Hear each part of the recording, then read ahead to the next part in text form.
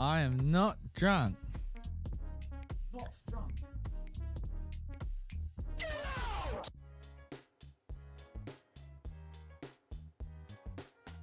I'm wet, I'm itchy, and I'm over it. Boom. Roasted.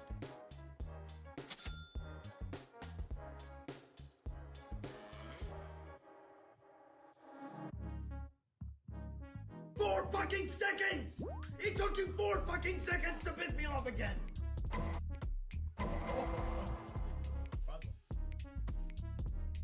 Is it time? Do I flip this around? Yeah, I don't think he's coming. If he was, we still got it's a minute past now. All right, you can turn it around.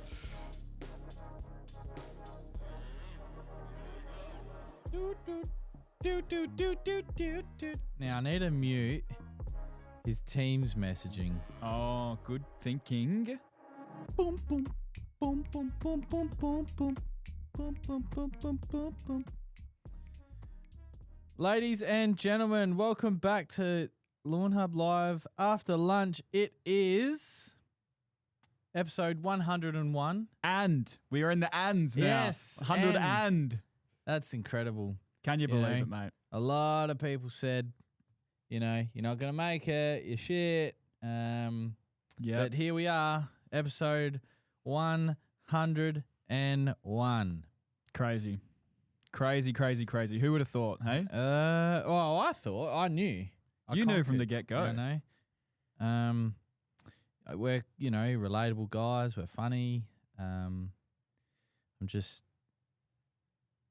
I think, how's the framing on that one, Dylan? Because I'm delayed on the screen here. No, you're right. I think I'm just going to push you a little bit there. Thank you. I'm joined today by Dylan, Mr. Bardy, Wardy, filmer. What else are you known Filmer as? connoisseur. Podcast flipper of cameras. Yes. I click the buttons. You are very good with your fingies. Air horn, man as well. So that's a passion. What's going on here? It's still got the same chat from last week in the restream.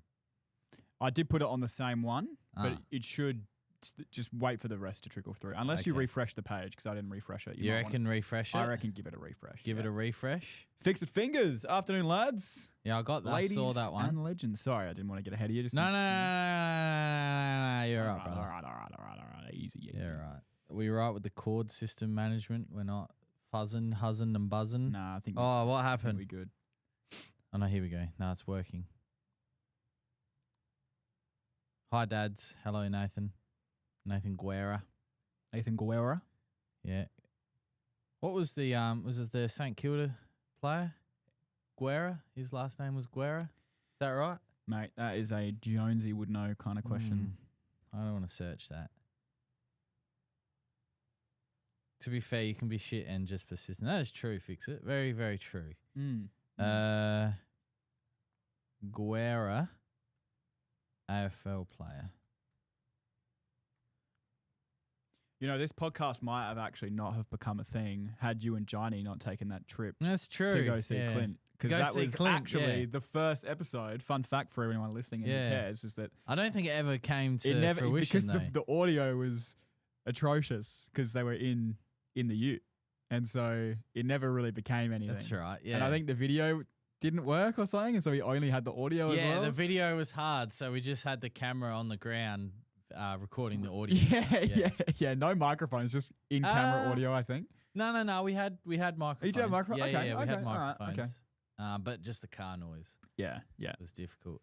So Brent Guerra played for Hawthorn, Port Adelaide, and St Kilda. So Brent Guerra. Billy Ray, flicker of cameras and beans. Flicker of cameras and beans. Absolutely. Half that's on the weekend though, mate. All right. Some would argue 3/4 of it is on the weekend and 1/4 during work hours. So how many quarters are there? 4. Okay. So there's 1/4 left over for... No, I said 3/4 on weekend, 1/4 during work time. Oh. 4. Sorry. So I thought there was an extra one in there hidden somewhere. Guerra had an impressive rug. I've got rid of the photo. I was more so looking at his stats there. But yeah, yes. Fix It Fingers, summer Trojan and BBW application after a heavy dethatch has kicked in, filling back in nicely. Been a great season. Luckily, Sydney is getting rain between the heat. Yeah, well, it's the time of year in Sydney where it rains. That's why you don't want to hold any cricket competitions, any matches, nothing to do outside that can't have rainfall because, yeah, game will get cancelled. Yeah, I'm doing a reno at the old man's place on the weekend. Thanks to Rob from Adelaide Equipment Hire. I've got all the goodies coming. They should be delivered at the old man's place in the next few hours, which is exciting. So we'll do some. Oh yeah, I've got to take some stuff, Dylan, for the weekend. What do you need to take? I need to take some cameras and some mics. I don't know. Okay. I don't know about one of these cameras. They're the expensive ones, but I need a camera to film a video on Sunday at my old man's place. That's fine. Do you want to? I was gonna use my want? phone. Yeah, just use. But I don't know where the phone tripod's gone. Matt used to use it downstairs. It might be in one of those drawers. Because I remember he needed to borrow it for a meeting or something, and that's the last time I remember seeing it. And it's been gone since then. We'll try and find it. If we can't find it, yeah. Well, you can take one of these. I just need to. Fuck! I don't know. Well, they're all the same. Well, what if a rock goes through it? Well, don't fucking have a rock go through it. Well, I don't make the decisions where the rocks live. Why would a rock go through it where you're going? A scarifier? Well, that's when you hang back. Well, the camera will. I won't. Yeah. Anyway. Yeah. Well, can you sort of vlog with them, or like you got to do zooms? Like, is there just a normal lens, like an all-purpose lens that I could use? These are all-purpose lenses. Yeah. You can get relatively wide. You can actually vlog with these. I can give you one that has the screen that can flip around as well, so you can actually vlog and see yourself. Oh, that's what you do on the weekends. It is. Yeah. It is. Yeah. Oh fuck! I am using it this weekend, so you can't use that one. Sorry, bro. Yes. George, EV134. A Aceleprint is good to prevent the grubs. What product can I use to eradicate them instantly for a buffalo lawn? Something with imidacloprid in it. So, Tirum. Be very mindful though that it is incredibly toxic to bees. So keep that in mind. Otherwise, yeah, you can put a Aceleprint down, and it would take a little bit longer for them to obviously ingest it and then start to cause the damage. But Tirum, very, very, and when you say kill them instantly, it's not going to be like on touch dead like the Mortine ad where you spray the flies and they die instantly. It's not quite like that. But yeah, definitely either get a Aceleprint down or something like Tirum. Tirum's also good at eradicating other things, but just be mindful. It is very, very, very toxic to bees. So if you've got some flowering fruit or flowers, roses, I don't know what else flowers at this time of year, Dylan. I don't know. Did you know that pumpkins, there's male and female pumpkin plants, and you need the male pumpkin to fertilize the female pumpkin plant to make pumpkins? Did you know that? I did not know that. Yeah. They need to breed, do they? Yeah. I was elected to lead, not to read. What movie is that from? That's from the Simpsons movie. Well done, Dylan. Pick number 1. No, not that one. Nick Lamb, afternoon. Clint still recovering from episode 100? Nah. He's busy. He's a very busy man, Mr. Clint. So he is. That's okay. Dylan and I are here. So I'm not here in video form, but that's okay. Yeah. I'm here in audio. That's all. That's where it matters. Speaking of audio, I actually do have some questions that I would like to give you. Okay. If we maybe do the Instagrams first. Yes. All right. Nick, I'll read the remainder of your question. Oh, if that still has more to come. No, question. I won't interrupt halfway through. No, because you're right. We have to. That's what we said we'll do. We're a company of integrity, and we do what we say. And that is. We'll read the Instagram questions first through the story. Starting with a very serious one from Vunit. Yes. 469. Will Lawnhub ever have an OnlyFans page for all its filthy lawn pics? Look, never say never. It's not on our radar right now. However, if someone, male, female, has the ability to do that and have the time to spend doing it and can generate a nice income stream, let's talk. But is it a priority for myself, Dylan, Clint, Matt, Josie, Rose, who else works here? Jesse, Isaac, Kira, Maria.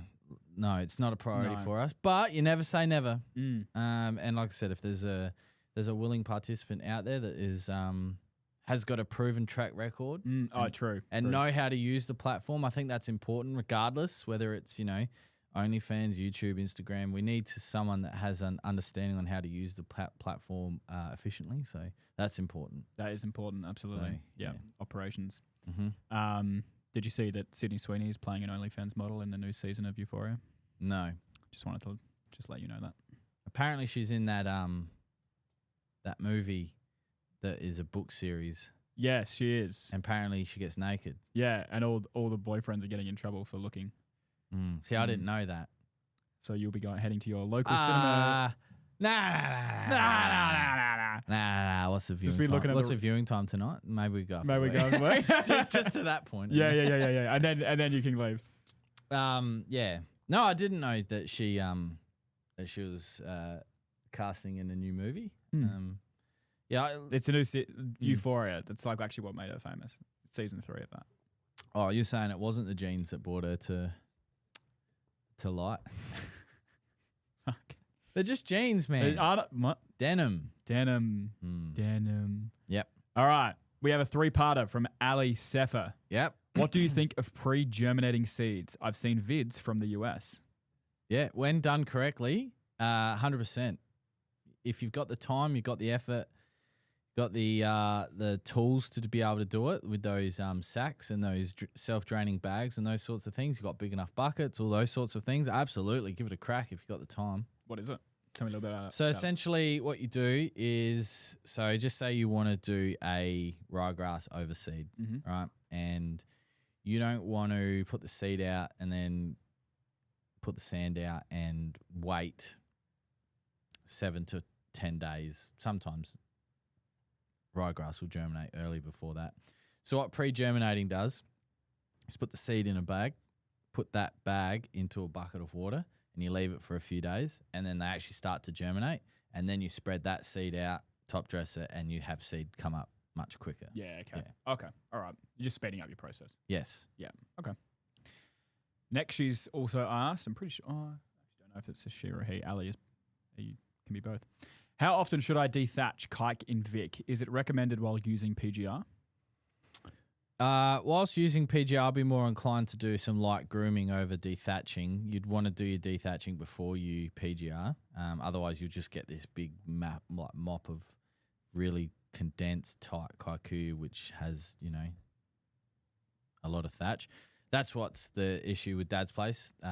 His kaiku is running rampant, so we're literally going to strip it back to dirt.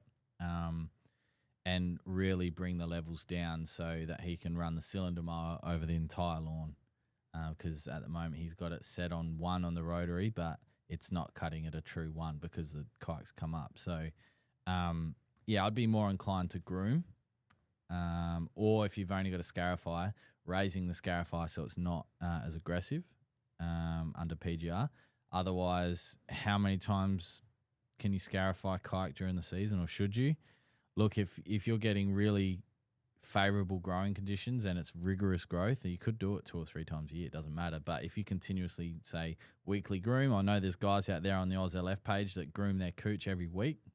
And, we're talking very minimal thatch management, or very minimal thatch because of the management processes and cultural practices in place. So, you keep – it's like when what's the analogy we can do? Like when you go to clean your car, right? So I clean my car that the company provides me. Thank you, Clint. For the first time I honestly don't know the last time I cleaned the car. And over time, things build up, right? So it took me ages to clean the car.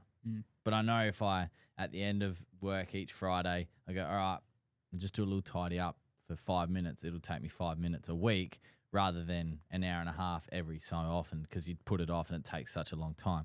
Dethatching's the same. You put it off for long enough, you start to get this massive build-up, and then that's why I'm dedicating a full day on Sunday. 37 degrees, mind you. Did not see that in the forecast. And I'm just going to go ham on it. So I'd say, yeah, grooming more often.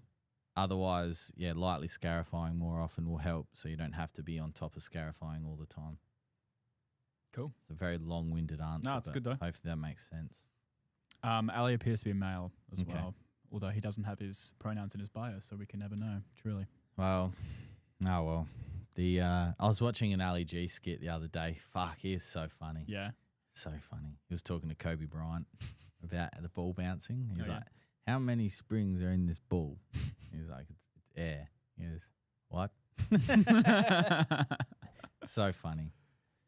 All right, again with Ali. Mm-hmm. He's also asked, I have clay and alkaline soil. Will Escort help lower pH? I'm using other amendments. Just curious. Nah, Escort won't have that much of an effect on pH. It just helps, improves the condition for microbes and beneficial bacteria in the soil rather than much else. Well, it does other things, but in this situation where you're asking if it lowers pH, it's not going to be it's not going to do that, no. That's all. That's all? We can move on now. All right, back to Nick. I was meant to be looking after my neighbour's lawn for the last month, but this heat and my lack of attention has smoked it a bit. I've got 2.5 weeks to try and get it back.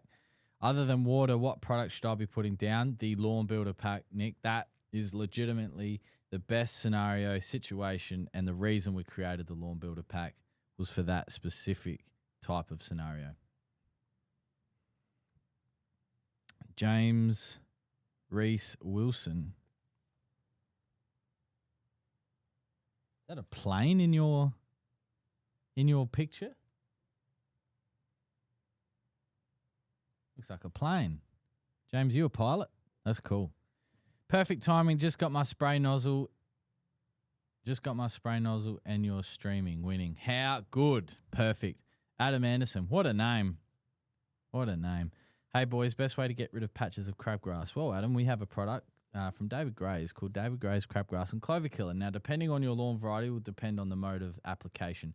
If you have cooch, then you're fine. You can just spot spray and have little trouble with burning and staining the lawn. However, if you have kike or buffalo, it is damage is to be expected around those areas. So painting it with a paintbrush would be ideal in those situations. Can get a janky phone tripod from Kmart for under $7, Jonesy. Thanks, Kira. I will, if it comes to that, I'll just go down to Kmart for $7. Best way to get rid of clover and bindies out of the grass from Clint Cameron. Clint, NSFW, my man, the Grow and Blow pack is going to sort you out perfectly here to sort out your bindies and clover. Cue people going, yeah, clover's good for the bees. Stop killing everything. You don't need to kill everything. No, you don't need to kill everything, but lawn care is a hobby, right? And there's many hobbies out there that kill other species and things as well. It's just most people that have a lawn also have a garden. And in that garden, there is some form of flowering plant too. That's where the bees can go. They can stay off my lawn. Clip that. Okay, all right. Okay. Not sure Menina will like that. No, Menina will not like that. Menina, if you are watching, I again didn't spray my roses. I didn't spray my fruit trees, although I did cut down my apricot tree because it didn't provide fruit for 3 seasons in a row. So I've poured the old poisey down it, and she dead. Oh, yeah. We need to get her back on. Yeah. But no ladybugs, no ladybirds yet. I have not seen a single one in my yard. Last year I had thousands. Menina, if you're watching, is there like a ladybug crisis going on at the moment that we're not aware about? I don't know. I might message her actually. Like, Menina, what's going on? Where are all the ladybugs? Where are they? Or ladybird? She'll have some. She'll know. Is it ladybird or ladybug? in Australia? What is it? Ladybug. I don't know. I've never heard Ladybird, I don't think. So I don't know where you're getting Ladybird. Nina, if you're watching, make sure comment.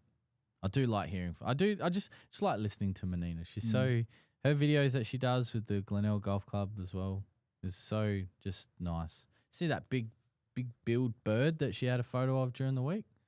Yeah, see if I can get it up. Oh, this is not my Facebook. Okay, Mark O'Sullivan, what is the best way to get rid of ants' nests in a tough lawn? I would go Monarch G mixed with some BBW and water it in. They won't like that. Caleb Hearn, I've been trying my hardest to find custom lime sparkling water. It is impossible. Caleb, thank you. Water sponsor. Caleb, totally tidy. He is the wonderful person who brought golden showers to us. So thank you. Yeah, it appears that way. George V134 bifenthrin. Thank you. Bifenthrin, George, that is to do with the grubs. They will definitely target the adult beetles, but it depends what stage they're at. The larvae depends what stage they're at for the grubs being 100% effective. But yeah, just watch that one as well. Bifenthrin's also smokes the bees too, so just look out. Hey, Big Nuts from LM Cute, bought some seed. What's optimal temps for oversowing with kike? Oversow with, as in you bought Lawnhub seed and you want to oversow it in kike, or you've bought some seed and you want to oversow your lawn with kike. If you have kikuyu seed, now is the perfect time to get it down because it does require warmer soil temps to germinate. If you have ryegrass and you're in a warm climate, I would just hold off just a little bit. It will germinate, but it will require an extensive amount of water. And if you don't have professional irrigation systems designed by someone like WaterPro or similar, you may have trouble actually getting that seed to stay damp and it will dry out and you won't get the germination rate that you're after, but I will require a bit more information on that, please. Chris Mikanoff, Mikoff. I'm terrible. I've put plugs in my yard. Should I use roots and shoots? Absolutely, Chris. Do it as a foliar. Help those plugs spread out. That's a great idea. Vemgem, Arvo, all Arvo. Ed, I got it, Dylan. Dylan's working. He's not watching. Sorry, I am working. He's working. But Chapo 2011. What is the best outcome when kike started infiltrating Sir Walter Buffalo and has now taken over? Well, if it's starting to take over and it's already taken over, yeah. Welcome to your new kikuyu lawn. Sorry, I had to say it, Chapo. It's just, a running joke. You could use potentially, without getting a letter, you could use a product that's safe for Sir Walter Buffalo or Buffalo and not kikuyu. Something, like if you were treating wintergrass in your Sir Walter Buffalo, something like Polcheck's a great product for that. Yeah. Vemgem, those pronouns, yes. James, Reese, Wilson. Oh, this is the plane. Was training to get my license, but ran out of money. Spending my cash on the lawn now. Yeah, that's what we like, James. Clint, trained to be a pilot for I think one day. Went down to Parafield and yeah, we'll have to talk about that one time. I don't know if he's talked about it in the past on the pod. Has he, Dylan? On the pod? Maybe on the pod. Or, yeah, I don't know. It's been 101 episodes, so it's probably been brought up at one stage. It was also around the time that I first started and, like, outside of talking to Clint about working here, I didn't really know much about Clint. And, I don't know. I think I asked one day, where's Clint? And everyone's like, oh, he's gone to learn how to fly a plane. I was like, who the is this guy? So, what did he say? Risk just wasn't worth the reward? Is that what it was? It's just like, Something about crashing and I don't know because he doesn't like heights, so yeah, he doesn't. maybe it was a thing to try and conquer his height fear. I don't know. Yeah, maybe. Not sure. I don't want to put words in his mouth or anything. He's probably watching and going, "That's not it, you fuckhead." Oh, I love water. Vemjum got 2 weeks left to get rental, looking the best since mowing after the heat wave in Adelaide. There are a lot of runners. Is it worth dethatching, lightly scarifying? I'd just say keep sending it, keep mowing it, keep fertilizing it. If you got 2 weeks before you're out of there, just get it continuously trying to grow. Thought how to kill a tree. Benjamin, I think you mean how do you kill a tree? I cut it down and then I drilled holes in it and I put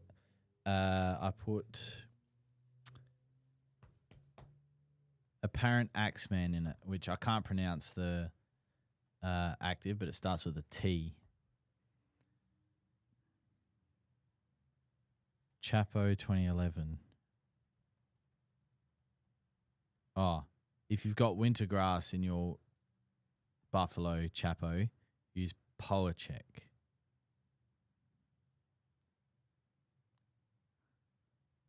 Dylan's working. He doesn't care. Are you asking me a question? Oh, I was, but don't worry about sorry, it. brother.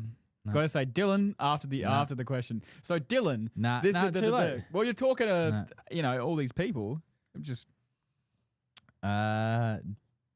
David Devaldo. How is this not episode 6967101? Because I don't think I've been alive for that many days. yeah. Well, weeks, because if there's one a week, that's a lot. That's a long time. That's a nice boulder. Yeah. Owen Hall. Hey, boys. So have Sir Walter Buffalo, and for some reason this season the lawn is stressing out hard along the roadside and looking more grey-brown than green with a lot of seed heads. Just done a mid-season reno. Anything else I can do to help? Yes, absolutely, Owen. I'll be looking at coring that section and then doing have we decided what the mix is for roots, wet, and escort yet? The name, as far as I'm aware, no. Okay. Then get some of that on the lawn and bit of water, regular mowing. I'm struggling. I had 2 really bad. When I say really bad, my front lawn's only 30 square meters, and when I lose this much of it, it's big. But I lost about 2 small plate sizes worth of lawn. They've recovered now, but yeah, right on the curb side is where it struggled, and it's funny enough, it's getting seed head as well. I've got seed head out the front at the moment. I think it's due for another wetting agent and escort and roots mix. The mini pool put down is really good on the section that's cut really short, but once it gets a little bit leggy around the outside,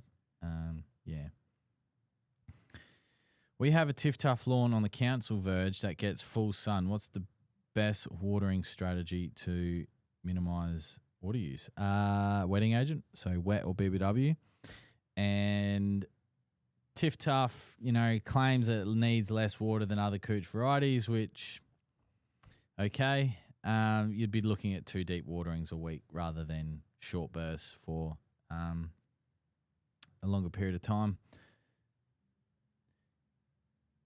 Adzi 222, roots and sedgehammer good to mix. That would be a jar test for me.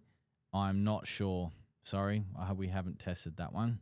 And Vemjum, if mowing weekly, okay to apply roots and shoots. Yeah, just make sure it's not hot, Vemjum.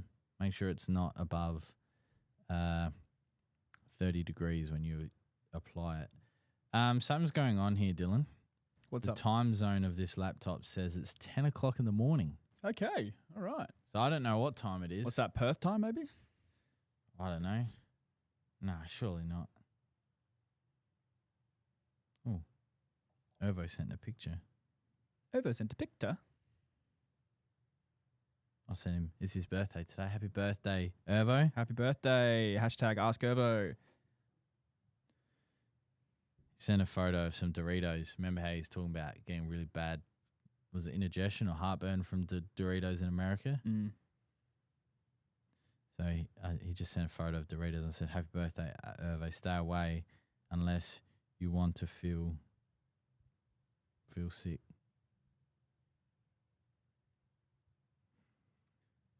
Oh, look, my message popped up because Clint's Teams keeps popping up. Where's the... Oh, he sent one back.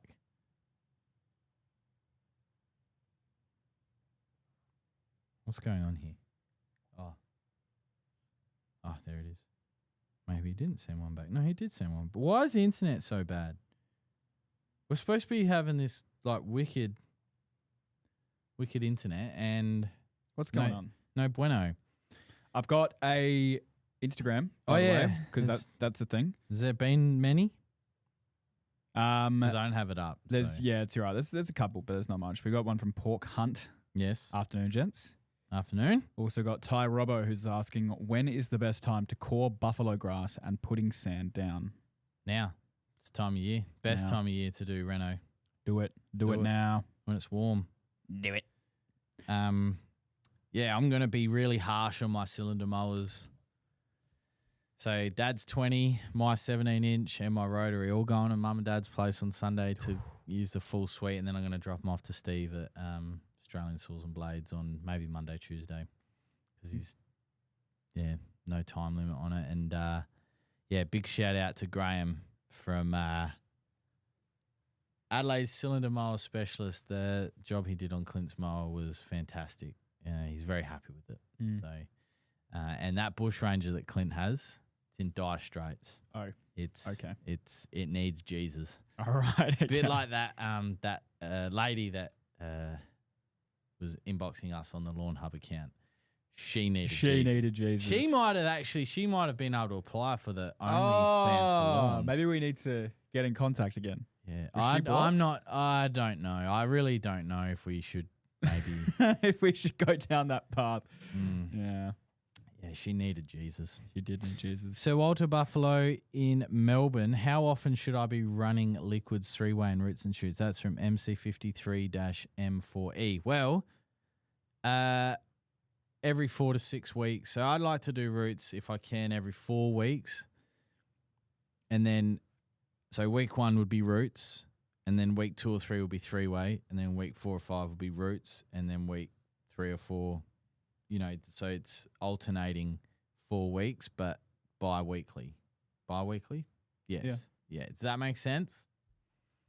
6, 7. Terrible. Lachlan 427. Hey Adam, currently cylinder mowing my kite, which is under regulation, and haven't got the time to let it out with work. Last couple mows was a bit slippy in spots. What can I do aside from scarifying? What do you mean by slippy in spots? As in like the cylinder mower sort of hovers? Is that what you meant? Chapo, why is Power Check not usable when temps exceed 25 degrees? Because the active in it reacts in the heat as far as I'm aware. And if it's on the label, it means that it's there for good reason. I'm sure Nadeem and the team at Colin Campbell's Chemicals have done their testing, and obviously something happens, so it'd be like burning the lawn at above 25 degrees. Billy Ray 4272. What's wrong with the Bush Ranger? I'll tell you what's wrong with the Bush Ranger. Okay.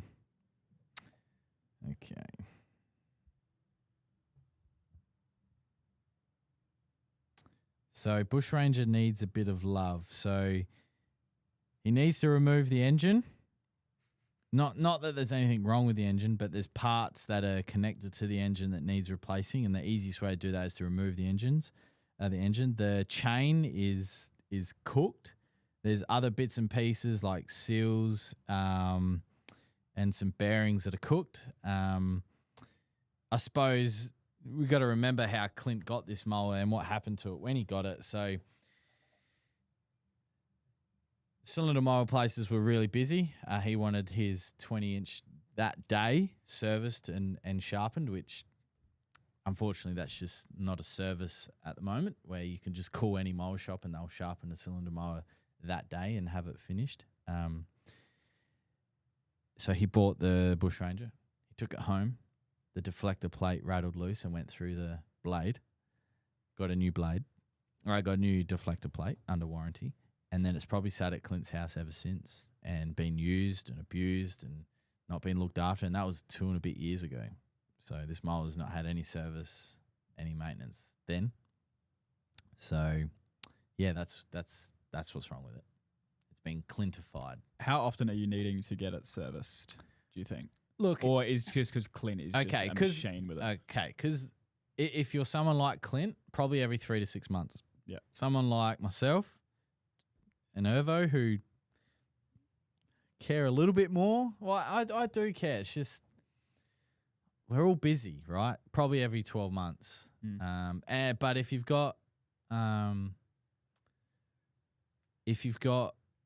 backlapping pace and you've got the time, you could backlap. So what that means is it's a pasty, like a gritty paste, like hand job. It's a gritty material, and you put on a paintbrush and you take the cover plate off, and you get an attachment for your drill, and you put it in reverse, and you with a paintbrush you paint the blades so it backlaps and it creates. Sorry, that's wrong. It doesn't create a new edge. It sharpens or it extends the life a little bit out of an edge. However, if the edge is already gone and you're backlapping, there's no point. It's shot already. So it's something you got to be on top of. Realistically, Clint should probably have his mowers looked at every 2 to 3 months. And if you really, really are a true die-hard lawn fanatic, then probably every 6 months for your cylinder mower. However, if you're in a climate where you only get 6 months of a season, because summer, that's when you can get out mowing, and in the winter, it's just a bog, then every 12 months is fine. So, yeah. But yeah. Cool. Got a couple Instagrams if you want to do a move over. Ali is in. Mm-hmm. There's Adam carrying the show as usual. Ha ha ha. Come on, Dill. Yeah, he's working, or he's pretending to. He's probably setting up his filming studios for the. Yeah, true. I'm booking in. I'm booking in my clients. CGK31 thought on Scott's lawn leveler from Bunnings. I mean, the good thing about the big green shed is if something breaks, you can take it back and I'll give you a new one. In saying that, Scott's is a reputable brand, so if Scott's have put their name on it, it's probably fit for purpose. He's then gone on to ask, Ty said thanks as well for his question before. CGK, and any preference on granular versus liquid, e.g. BBW versus wet? It all comes down to how you prefer to apply things and time available. So for me, and I've said this story over the 101 episodes probably 101 times. I used to hate granular wetting agent. I used to think it was the biggest scam ever because my experience previously with a granular wetting agent was terrible, right? And coming to Lawnhub, I knew obviously that our products were were different. They're not just run-of-the-mill products. I saw that we had granular wetting agent. I was like, what a scam. And then I actually learned that it's a completely different product to the product that I used originally. Now I love BBW, and I like to use it whenever I can. In saying that, wet is a lot more faster acting, meaning that when you apply it, it physically starts to work much faster, in my opinion, in front of your eyes. BBW will work if you put BBW out in the lawn and then dumped a whole bunch of water onto it, it will activate and it will disperse the same way. But when we're talking irrigation, it just takes a little bit longer. So if you're doing a liquid mix, say with Roots and Escort, then you may as well chuck wet in there and water it in.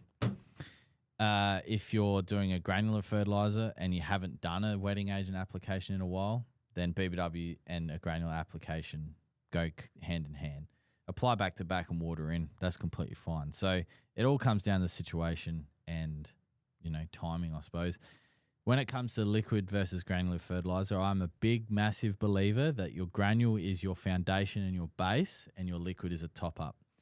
Now, there's some very big claims out there with liquid-only programs and they're yielding these huge results and so much better, turf quality, blah, blah, blah, blah, blah. Now, as my shirt suggests, I am uneducated and unqualified, right? However, this is the way I look at it.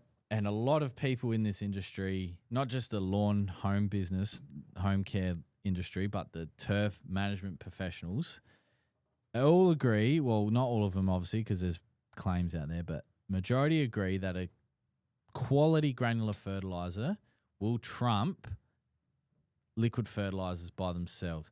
The reason that a lot of these liquid-only programs work so well is because you are using like up to, I'm not saying that this is all, so don't shoot me, up to 6 to 8 products spraying, and you're spraying every 2 or 3 days. That's not feasible for a golf club run by volunteers, a footy and a cricket oval run by volunteers. That's not feasible. What is feasible is putting a quality granular fertilizer out and watering it in, because that's going to give you the best bang for buck application when you factor in time.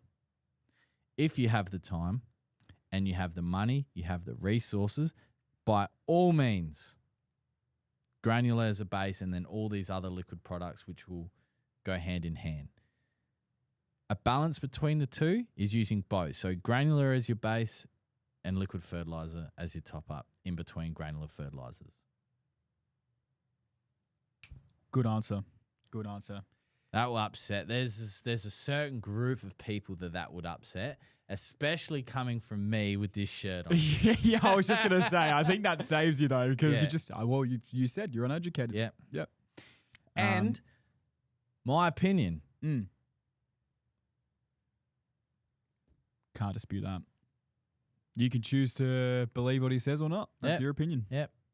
So, Ali has come back with another question. Does a cylinder mower make a massive difference for kike? Other than stripes, will it really improve overall growth and health of the lawn, or is a rotary with sharp blades good enough? Is a rotary with sharp blades good enough? Yes, it's completely fine. However, if you want to level up your lawn and take it to the next step and you don't have the budget for PGRs and all these other fancy things that also enhance the quality of kike, a cylinder mower is going to take you to that next step. And I'll tell you why. A sharp cylinder mower is, and this is a unit of measurement, a bajillion times better than a sharp rotary mower. Rotary mowers are designed to slash blades. Cylinder mowers are designed to cut blades. Just keep that in mind. So you're going to get a cleaner cut, especially when it's sharpened, when it's looked after, and you spend the time adjusting things. You know, you don't have to adjust it every time, but it's important to keep note that when you're mowing, where the grass clippings are going. So if you're getting more on the left side than the right side, then you know you need to adjust it, and vice versa. Or in the middle, sometimes you lose a bit in the middle, which means that sometimes the bottom blades are being warped for some reason. You could have dropped it, heat, all those sorts of things. But yes, a cylinder mower will enhance the quality of your kaiku. And the best way to do it, in my opinion, is cut the guts out of the kike, strip it back to dirt, and then start with that fresh growth, because that's how you're going to be able to keep on top of your kaiku and make the most out of the cylinder mower. Because you could set that, say, to 15 mil, and it's going to be as true as a 15 mil as possible. Whereas if you have a really thatchy kaiku and then start a cylinder mower on it and you set it to 15 mil, it's more likely going to be a 25 to 30 mil cut because of the thatch. Nice. All right. Jamie Burry says, or Jamie Berry, would I be right to scalp and aerate an established lawn, and how long after that should I throw Trojan down at this time of year? All in the same day. Yeah. Send it. Best time of year unless your lawn's underwater because you're in, the northern part of Australia or the east part of Australia at the moment. Yeah, perfect time of year, especially here in Adelaide and Melbourne, Perth, those sorts of areas. Yeah, okay. We've got one from Tammy Tag saying, fuck Scots. Lol, they poison birds. Thank you, Tammy. Tammy is a very well-known person here at Lawnhub, so thank you, Tammy. Yep. Yeah, Scots is a powerful beast where she comes from. Okay. Very powerful beast. All right. Brown Dog 65, name for hand job pump pack squirter. Hand job coming back in stock soon. That's all. That's all? All right. So back to Lachlan. All right. Hey, Adam. Yeah, so Lachlan had the slippery mower when he was mowing with a cylinder mower. And yeah, he says quite thatchy and it was moving side to side. The only real way to fix that is by removing the thatch. And it doesn't have to be aggressive. It can be progressive. So you can, do a light scarify today and then a light scarify next week and so on and so forth and just gently bring it out. Or you can just go hard on the paint and bring it all out. Should I roots and shoots immediately before power check? Probably not immediately. You could probably do it a few days beforehand, but no need to do it immediately. Chris, not going to try that last name. Good effort on the name. Okay, should I mulch the grass or catch it? That is completely up to you. Obviously, we had Dan Caddy from the Green and Gold Life on here, episode 2 or 3, throwback. And he was a mulch mower. I'm not a mulch mower. It's just, no, I don't like mulch mowing. And that's fine. He likes mulch mowing, and that's fine. So, yeah, up to you. Personal preference. There's science supporting for and against both sides. So, up to you. Bemjum, I like toothpaste for mower. Oh, yeah, like toothpaste for lawnmower. Like toothpaste for mower. Backlapping paste, kinda. Miles Neal, met Clint a few weeks back and I can't wait to start the process to bring my lawn to life. That's great, Miles. Where'd you see him? Billy Ray, I bought a 20-inch bushy, just wondering what happened, but I look after my gear, so she'll be okay. Oh, 100%. If you look after your gear, no problem. Oh, CGK is actually coming back with a follow-up saying that he was asking about the Scots leveling sand and soil. Oh, no, that's garbage. Yeah, that's garbage. All right, there you go.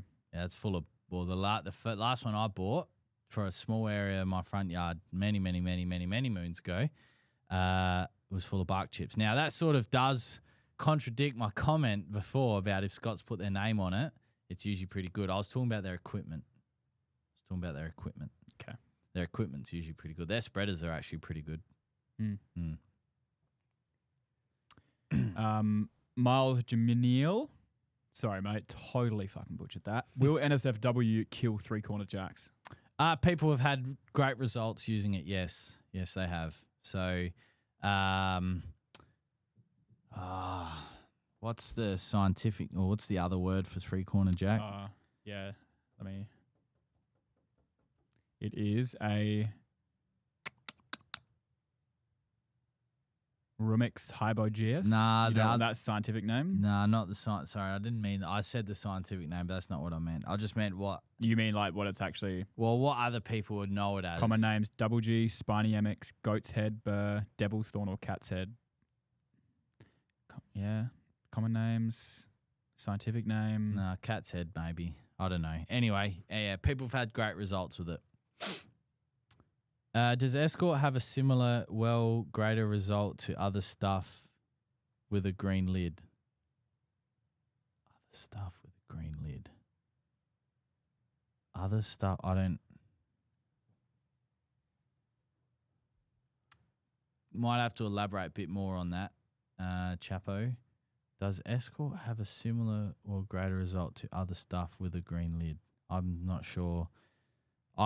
You may be speaking complete English, and I'm looking far too into it. But Chapo, please elaborate if you can, please.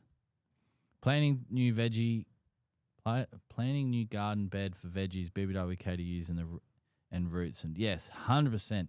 As Clint's talked about in the past, BBW helps with CEC in the soil, so not only is it attached a surfactant attached to it, it's also got the benefits of zeolite. Perry Sitter, I think. That's terrible, Adam. Found a few lawn grubs and applied some acelepryn, maybe a bit too late. Should I top up with something else? My NSFW application is next week. Looking for some advice.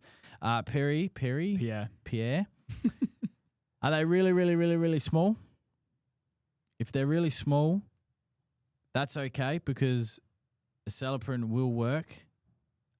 It starts once they start to ingest the roots and everything that's going on. So there might be a few little ones, but if they're big suckers and they're causing huge damage, then yeah, something like Merit, Merit's been discontinued, I think. Tirum.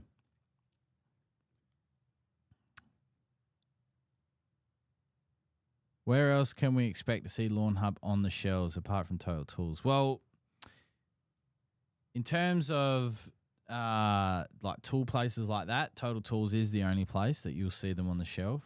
In something like, we're still in we're in lots of mower shops, we're in irrigation shops, we're in rural shops, we're in, yeah. So we get inquiries a lot. But unfortunately, there are criteria that you have to meet. We do get a lot of inquiries, and there's nothing wrong with this, but people that are mowing contractors that want to sell from outside their shed. That's unfortunately not the criteria to become a Lawnhub reseller. We know that there's people in the market that do that and works fine for them, but that's just something that we're not.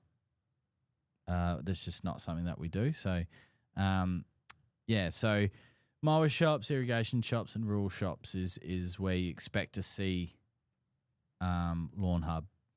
You can look on the Stockist tab. Yeah, and the Stockist tab on the website as well.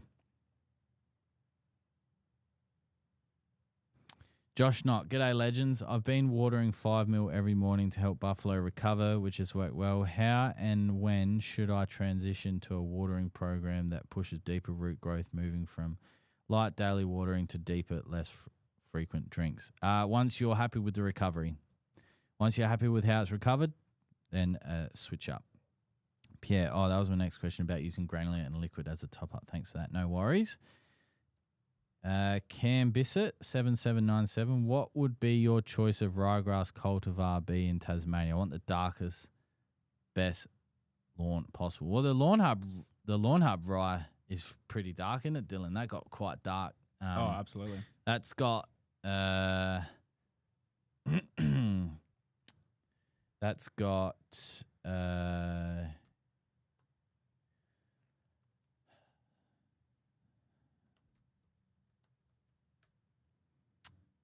we go. So the Lawnhub ryegrass has 3 cultivars in it.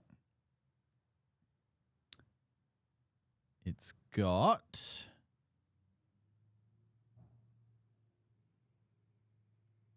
wrong button. It's got Arena 1, Coliseum, and Spartacus. So, Coliseum is quite dark by itself, but obviously, these 3 go very well. So, look, honestly, it's pretty good in this heat as well. To be fair, it does require a bit of extra water, but not a lot. Yeah, I mean, yeah, one of those cultivars or the Lawnhub seed mix. Depends how big of an area you're looking for, Cam. Yeah. Davaldo. Where can we get a reel like the Web WEH12R in Oz? Well, let's have a look. Let's see what that is, as Dylan is working. I'm actually looking that up now as well. There's Dan Caddy from the Green and Gold Life has been mentioned again. He's got one of something similar. I don't think it's a Web. I think it's a... Oh, goodness, it's something else. Dave, I'm sorry. On the Green and Gold Life on YouTube, he has a mower very similar to that, and I know that brand is available here in Australia on the second-hand market. And I'm not sure about brand new machines like that, but yeah, definitely, yeah. What's the go? What's the difference? There's no engine on it. Oh, right, okay. It's just a push cylinder Just mold. a push, yeah. Yeah. So it's not the web one. Well, actually, there it says eBay Australia. Oh no, it's to ship it here. That'd be the killer. Yeah, check out him. I don't think it was De Villiers. Was it De Villiers? Anyway, Seasol. Oh yeah, Seasol does have a green lid, doesn't it? Look, this isn't Seasol, and neither's Roots and Shoots. To be fair, Roots and Shoots is a kelp product, but it's got more than just kelp in it. And Escort's not a kelp product. It's a humic and fulvic product with beneficial microbes in it, which help with the soil. So they work differently. This works differently to Roots and Shoots. It works differently to Seasol. It's a completely different product. Look, I've had fantastic results with it. I know Matt's had fantastic results with it. There's a lot of people that have had some great results with it as well, that we've had some great feedback on. The tool shed, his lawn's completely transformed. Looks great. So, yeah, I love it, but I work here, so I know that doesn't really hold much value. But there are other good products out there on the market as well. Don't get me wrong, that aren't ours, but pardon me. But it's cool. And it smells good. That helps. We actually got a couple more responses to the story while we were live. Oh, yeah? Which doesn't normally happen. Yeah. Johnny EVs said, any harm putting Monarch down, then putting a mix of wet Acelepryn and Spartan on? I just wouldn't use Spartan. I'd do that the day after. The only reason I say that is because on the label it does say do not use Spartan with granular fertilizer because of the way it gets absorbed. My mentality tells me that if you're using a Acelepryn granule, that could be a conflicting product there. And Monarch G, the granule, that's a granule product too, so there's conflicting there. So I'd do the mix, yes, minus the Spartan. Either do it before, water it in, or do it the next day. Ali Sefer said, I joined late, boys. I'm not sure if you sent in earlier about the pre-germinating seeds. I've seen vids from the US. Would it be worth it? Yes. Do you just want to do a quick recap? Yes. If you've got the time, the effort, and the resources, 100% worth it. Cool. This will be re-uploaded as well, Ali, as well, if you want to get the might full even be response. a clip. Dylan, well, we could clip might that be up. a few clips in this video. Yeah, done well. I do actually have to. I do have an apology because I made a mistake, Dylan. I'm a man of my word, and I made a mistake, and I said I was going to rectify it in today's podcast. Do tell. And that is today. So last week we spoke briefly about ground pearl. Now my knowledge of it is very limited because it's not something that we really see or encounter here in South Australia, and it's not really something that we encounter in the messages either. And I said that to my knowledge, at the time of the filming, there wasn't a product registered for ground pearl, and I was wrong. I got a phone call this morning, actually, from one of my suppliers informing me that there is a product that is registered for ground pearl. That is Scarlet Trio from Indigo Specialty Products. So that will be available on the Lawnhub website soon, because if it's brought up in the podcast, it's sort of like that saying, if one person's talking about it, 10 others are thinking. So I'm sure there'll be people out there that need it. So we will get that in next week. We'll put it on the Lawnhub website. And when someone asks, I've got ground pearl, how can I control them? We'll have a product for them. So beautiful. There we go. Well, thank you for clarifying. That's okay. And letting the people know we're an honest company here. Yeah, and I make mistakes, you know. You're uneducated as well. Yeah, I'm uneducated, so, you know, Yeah. No, that's good. All right, clip that. Clip that. Jakey Boy 10, I've just taken a lawn over in Melbourne, Kaikuya, new house. Where do I start? Being late Jan. Where do you start? Well, what condition is it in? Is it in okay condition? Do you want to completely makeover? Regardless of those answers, where do you start? You can start wherever you want, because this is the perfect time to be renovating lawns, to be trying new things, you know, being harsh on it, putting a bit of fert down, bit of wetting agent, bit of water, regular mowing. Like, this is the time of year to be doing those sorts of things. So you've taken over the lawn at the right time. If the lawn's in semi-decent condition and you wanted to get it, you know, nice, I would do a full reno on it. I'm talking scalp, scarify, cord, top dress, fertilized water. Send it. Because you got there's perfect growing conditions now. So Cool. That's all. That's all? All right. Back to the restream it.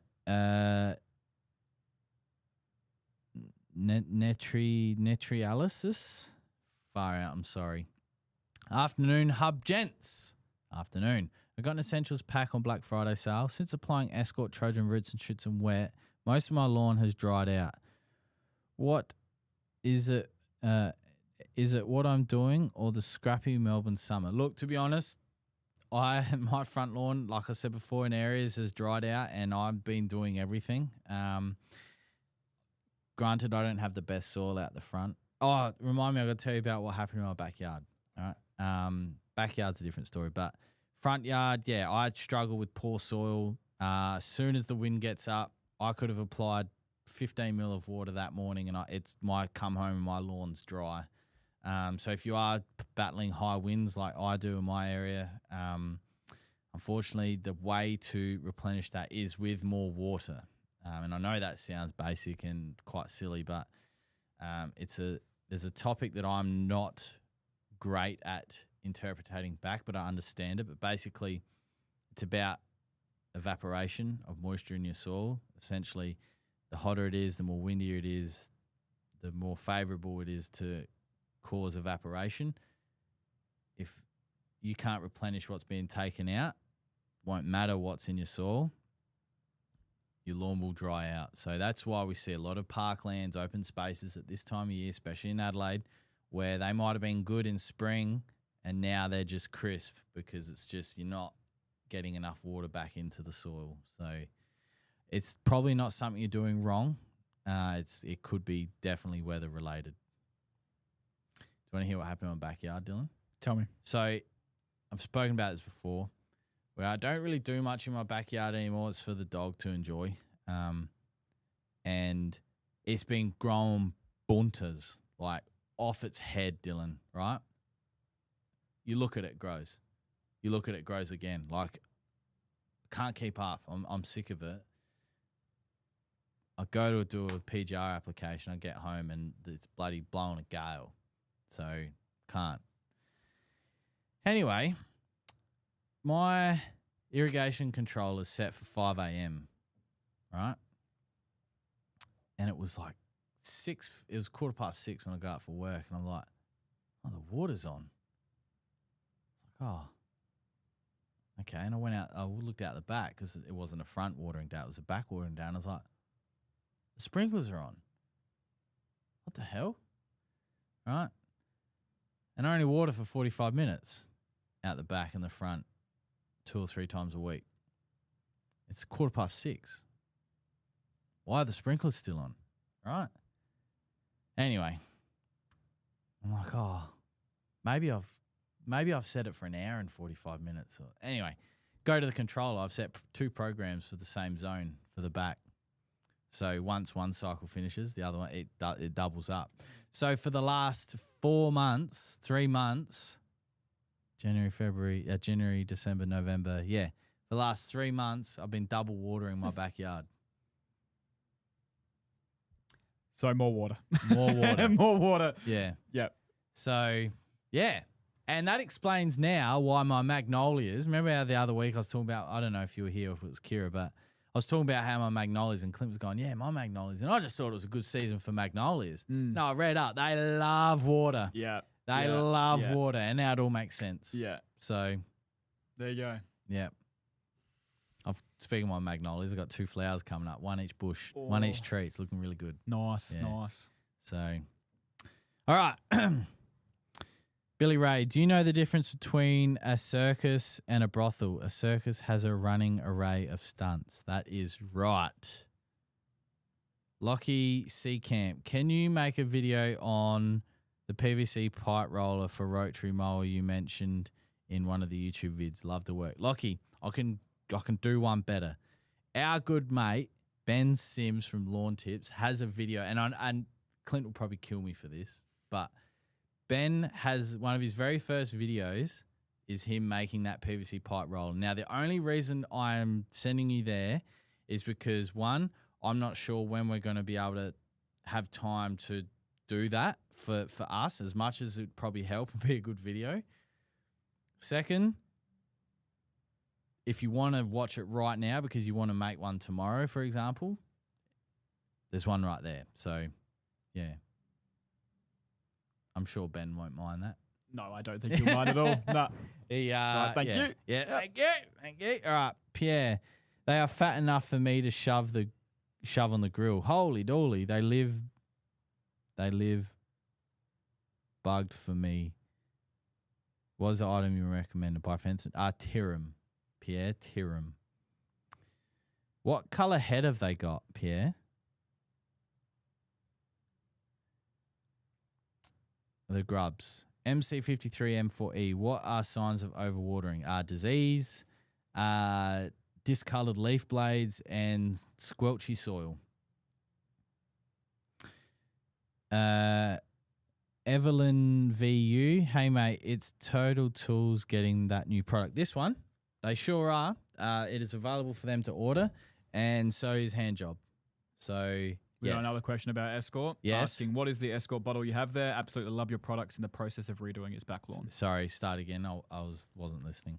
Jamalak47 has asked, what is the Escort bottle you have there? He says he absolutely loves our products and he's in the process of redoing his back lawn. Yeah. So Escort is a soil enhancement product. So it uses what's already in the soil that's not available to the plant and makes it available. And it does that by introducing beneficial microbes, which helps create beneficial bacteria. And it allows those microbes to go to work, exchange nutrients from an unavailable source to plants to an available source to plants for them to uptake. And it also helps extend the life of fertilizer. That's what Escort is. Clip it! Goodness. Ali says, thanks, boys. Appreciate the help. Looking forward to getting a hold of the book, Adam, when it's released. Yeah,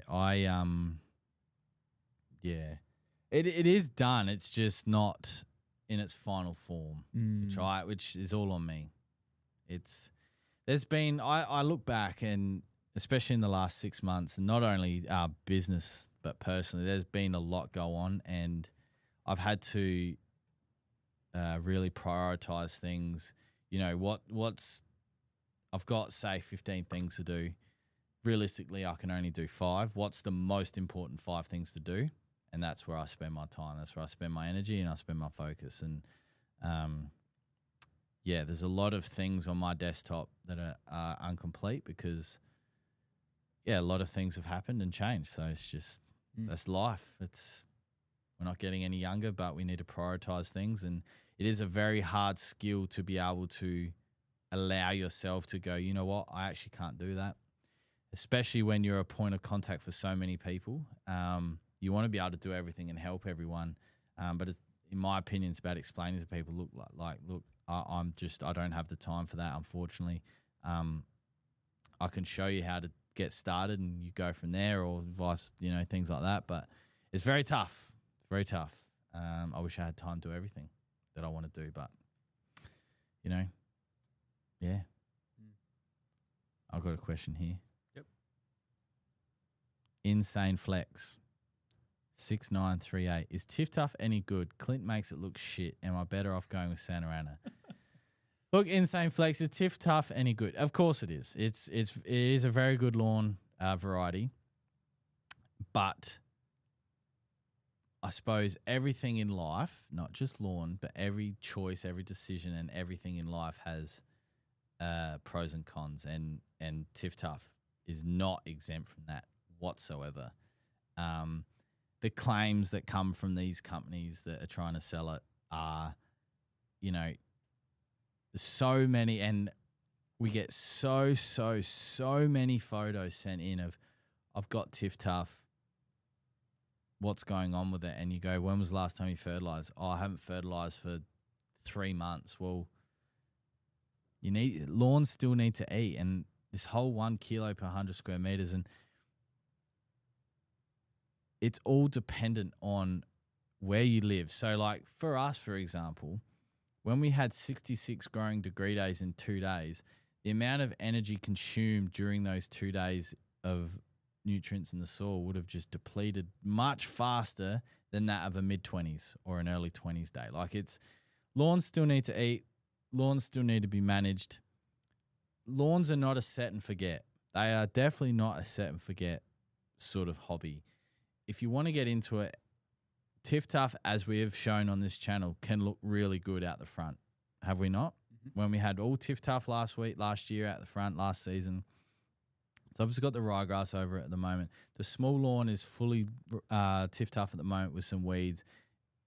It's a fantastic lawn. And to be honest, like the flack that it cops from people like myself is, thatch tough and all this jargon, and it's all tongue in cheek. It's all fun and games because Santa Ana's ain't no saint either. It's got its problems too. I just find Santa Ana, in my experience in the area that I live, is much easier to work with. It's a lot easier to look at and go, yeah, I know what's wrong with that. Where Tiff Tough, in some situations it's quite sensitive, but in others, it's quite good. It handled the heat really well, as did the Santa Ana at my place. So yeah, it is a good lawn. But just like any lawn, soil is important. If Clint had better soil, I do think his lawn would be much better. But yeah, his lawn is, or his soil is like this hard. So yeah. But buffalo, don't get me started on buffalo. I just don't like buffalo, and that's okay. No, this is good. I need to pick a lawn for when I do mine. Well, see, Santa Ana's no good in shade. Woeful in shade. Can't have it in the shade. But then there's golf courses that grow under trees, and that's a different situation. But if we're talking like shade from trees, houses, and the fence, yeah, okay. So that would be more a Tiff Tough, you think? Nah, or not even. Not even. Nah. So if we're talking a patch of the lawn gets maybe 5 hours of sun, struggling there, especially with a dog, Dylan. Yeah, okay. The thing is, there's only one line. There's only one area that would get that shade. The most would get like 8 to 10, I'd say probably. Oh, then Cooch are right. Yeah. Kike. But Kike has its pros and cons too. Saw the neighbour across the road yesterday shoveling Kike out of the crack of his driveway. Like it'd obviously grown under the driveway and then come up in a crack, and then it's just spread runners everywhere, and the shovel out there, and it was a big piece of Kike that had grown obviously from one runner. And then just spurted out. So I'm putting new pavers down. So if you were to get something like kike, the chance that it could get under and start spurting through, you can put inhibiting chemicals in there. Where to get them from, and I don't know, but a strong dose of simazine might keep it out. Not financial advice. Ashley has come up and said, I've been thinking about a name for the new Wet Roots and Shoots and Escort pack. Yes. Says you can call it the Spit Roast pack. Oh, goodness. Okay. How can we... When we name Lawnhub products, there's 2 meanings to every word. So like Escort obviously has 2 words meanings. Like Escort, it's a double entendre. The tongue in cheek, and Escort is this product is transactional, right? Roots and Shoots, you get what I'm saying. I'm not sure how we're going to use spit roast. Like if it was a cooking term, yes, but we're not really cooking with that combination. So, yeah. Think on it, team. If anyone else has any ideas, let us know. But we've got Mansfield Damo just says St. Augustine. Yeah, which is Buffalo. Okay. I need you to make a decision for me on what. Yes, I do. What do you mean? Why? Just pick one for me. Just be like, Dylan, this will be good. Oh, I'll fucking. What should it? Should it die? If the shade's there, yeah. What for? If it only gets 5 hours of shade a day? 5 hours of sun a day. It will It would struggle. die? It will struggle. Santa Ana or Cooch will struggle, yes. So just cut them out then. So what's next? Kike. Kike. But Kike will get in the pavers potentially. So cut that So will out. Cooch. So that's not they're the same either way. Is what you're saying. Well, it's not as aggressive, but yeah, my Santa Ana grows in the road. Mm. Like it's come down the gutter and it's growing in the road. Yeah. Yeah. You could look at a cool season variety, but you know, the dog, if your dog leaves piss stains and kills the lawn, then you're going to be forever overseeding. Mm. So, And yes, I do have a dog that will be pissing on that lawn. yeah, So but do you know if his piss stains areas? I don't think so because we used to live with my partner's Mm. parents, and as far as I could tell, it didn't. Mm. That was a mix of Kike and I'm not sure what else. The old mongrel mix. The mongrel mix. I need to do a wee. Okay, there's no camera on me, but Yeah. I'll be back. I'll be here vocally. Maybe everyone in the chat can help me decide because Jonesy doesn't want that pressure on him, even though he's meant to be. Actually, he's not educated. I forgot. All these questions here, I cannot answer for you. So, everyone in the chat, what lawn do I get? I've got a little patch area that's going to get about 5 hours of sun in the day. The rest is going to get pretty well 8 hours plus. So, what do I do? We've got a zoysia in here. Insane Flex, you're also needing to choose a grass. I wish it was just easy to choose. Apparently it's not. There's a lot of questions you're gonna seed or lay turf to. I don't know, hey. I don't know. I'm doing a full reno. I'm digging up all the soil that was there. So the entire area had pavers. So I'm ripping it all up, replacing it with brand new, beautiful soil. And yeah, I literally have no idea what to do next. Get Sir Walter Buffalo to show Jonesy it's good. Well, maybe that could be the turning point. Concrete at Maine. Well, that probably wouldn't stain from my dog's piss, so that's at least safe on that front. Although in saying that, who knows? So Walter, low maintenance and aggressive. Define aggressive. Aggressive growth. I want it to look good. I want minimal burn from my dog's piss, if any, which I know is everyone's dream, but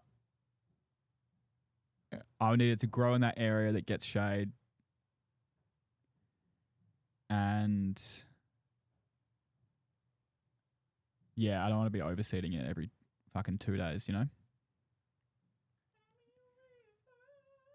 So we got a couple here. Who sings that? Justin Timberlake? Yeah, he does. Got a question asking if I'm going to seed or lay turf. What do you reckon? So I just said that I'm going to be they were all pavers down. So I'm digging the entire lawn, get rid putting of the brand new soil down. Good boy. Doing the full reno. Yes. I'll be watching your Railways video as inspiration. Oh yeah, You know where everyone abandoned the me. ultimate. Everyone abandoned you? Yeah. Did they? Hmm. What do you mean? I think Clint had basketball and Irvo had. Oh, at the end? Yeah. Oh, yeah. Okay. Yeah. Yeah. So you were stuck there with your 3 lawns? Yeah. Oh no, we kind of finished them. So Yeah. Okay. yeah.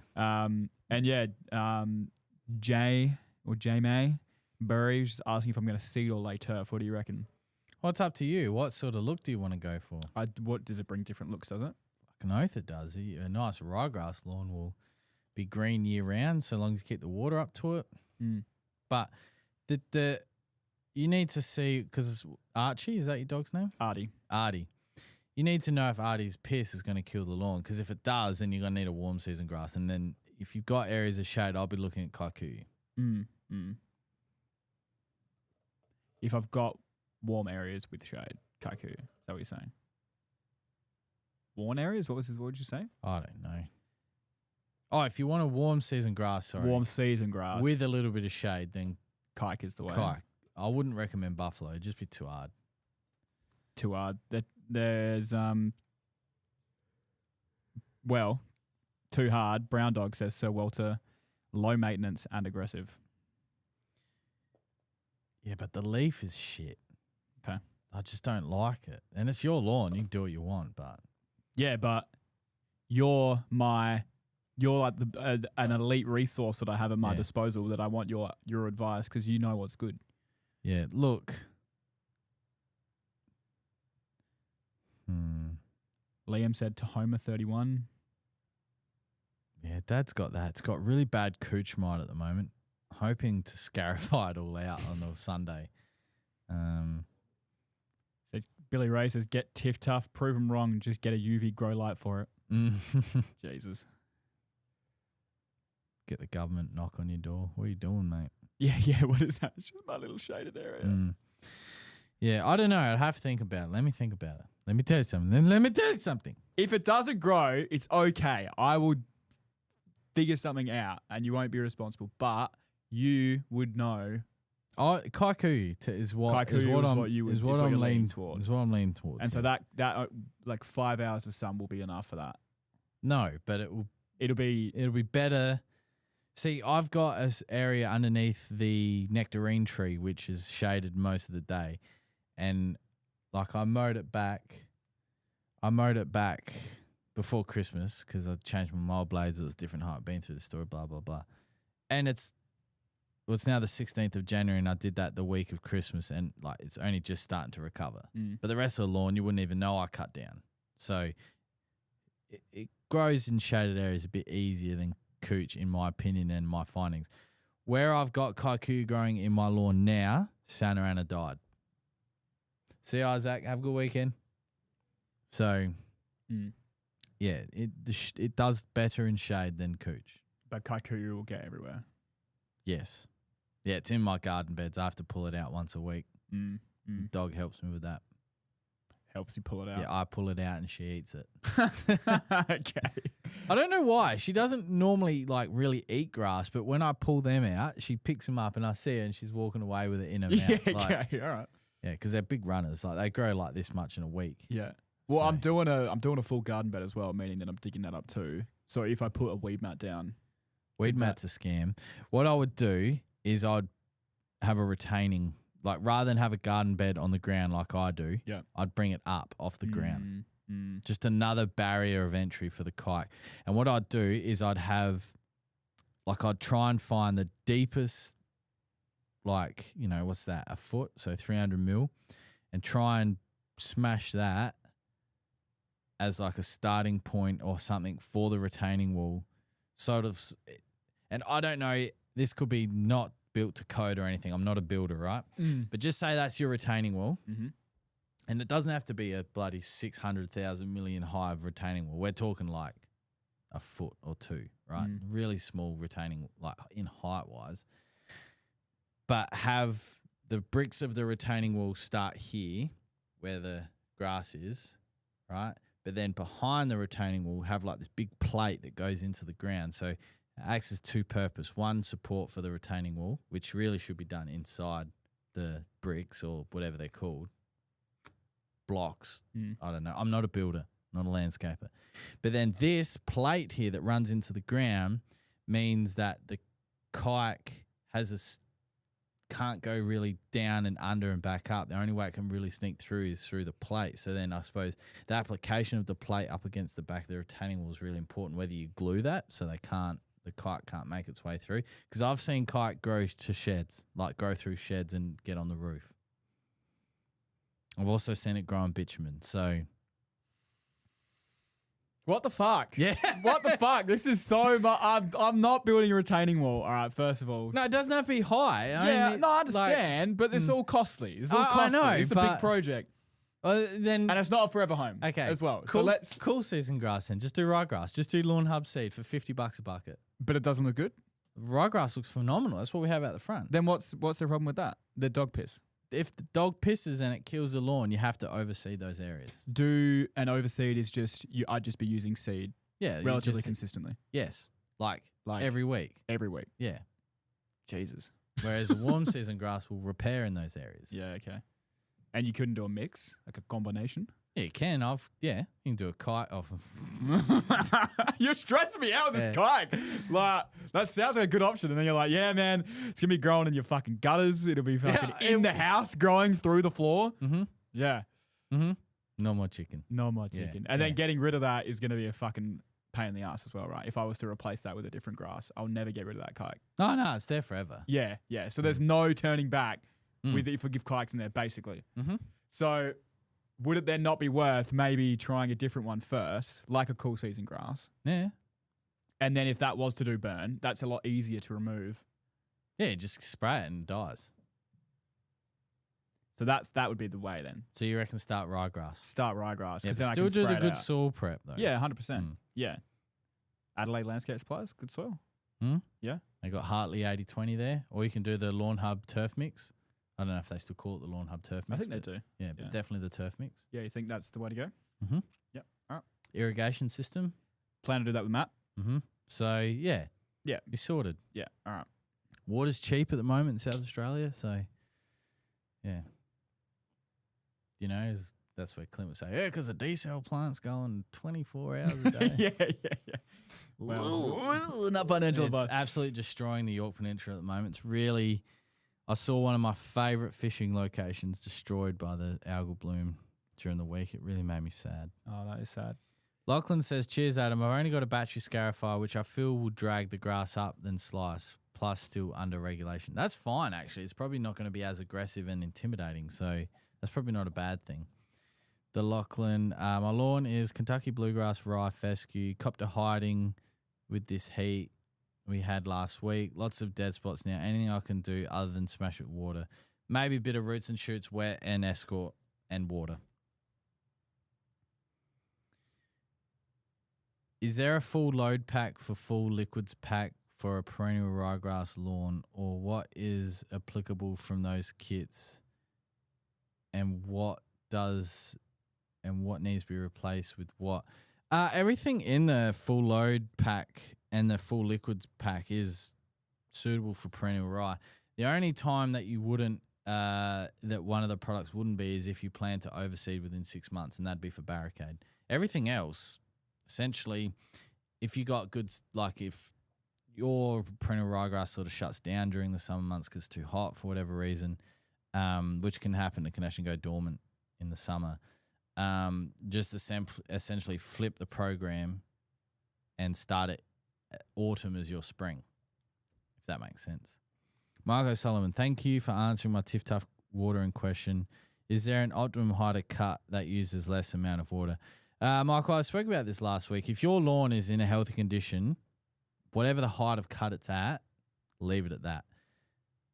I was watching Amazing Adelaide, the amazing test match here in Adelaide in 2006, where the Poms made 550, declared. We were bowled out for like 510, and then we bowled England out for 130 or something, and then we won. That was when Santa Ana was around the oval, and it was so good during the test match. And I do remember we had some hot days then. That what I'm getting at is that lawn was cut so short, like 8 mil, and it looks fine. So, yeah, that whatever your height of cut is currently, and if it looks good, keep it at that. Pierre said the head is light golden brown. Yeah, that's the dogs. Yeah, dogs. So do you reckon most cooch grasses are pretty much the same? No, I don't. Insane flex. They've all got different qualities. So the 3 cooch varieties that I've worked with are Santa Ana, Tahoma 31, and Tiff Tough. Now, Santa Ana for me is the GOAT. It's the original. It's what everyone inspires to be like, just a little better. What I found with it is that whilst it has a really good tolerance for heat, when it dries out, it does turn its nose up pretty quickly and doesn't seem to like it, but as soon as you put some water back into it, it bounces back pretty well. Tahoma 31, and it has a bit of cooch mite issues and some rhizome and root disease issues if not cared for correctly. Tahoma 31, I found had some really, really good colour during the growing months, like some of the best green out of a cooch that I've seen with my eyes. it went brown paper bag dormant in winter, which is very foreign in my area where I live. Cooch doesn't do that. And to see Toma 31 do that was quite like, whoa, like, okay, once the weather gets cold, this lawn shuts down, which it did. However, as soon as the sun came back out, it came straight back. So that, that was good. As I mentioned before, it's got some really bad cooch mite at the moment, and it got some really bad cooch mite last year, which I did spray for. So I don't know. I'm going to have to spend a bit more time there to really get to the bottom of that.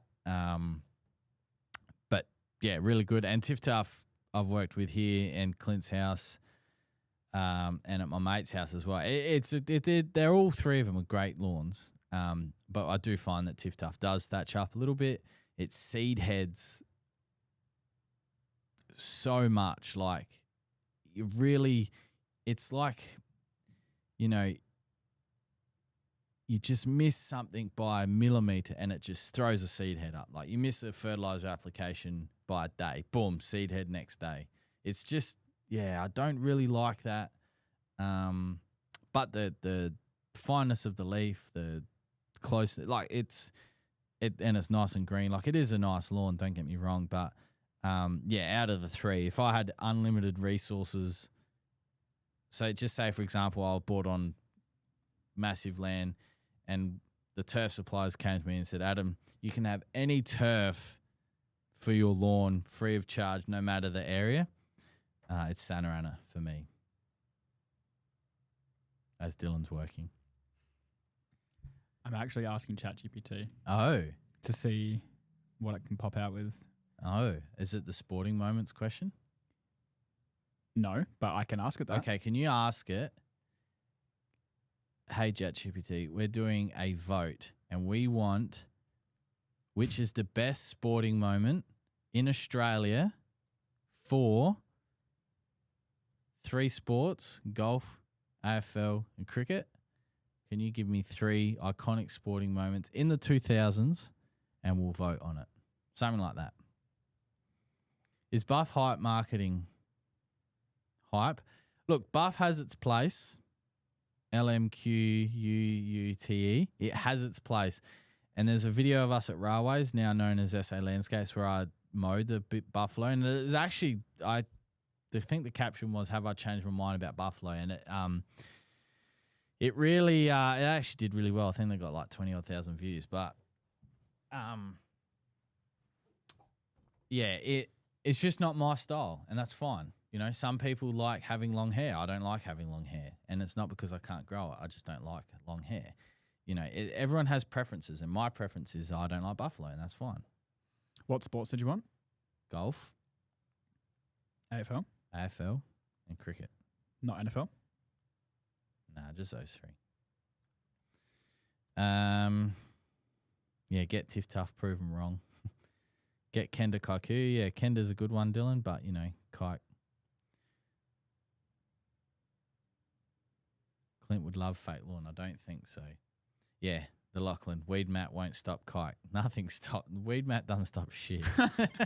So there's no point in me even. It's just, I think once upon a time, weed mat was like this idea. It's like those gutter guard things that you put over your gutters and it stops debris and shit getting in there. And really it makes it worse. My experience with weed mat is just not great. Yep. So, hydro seed.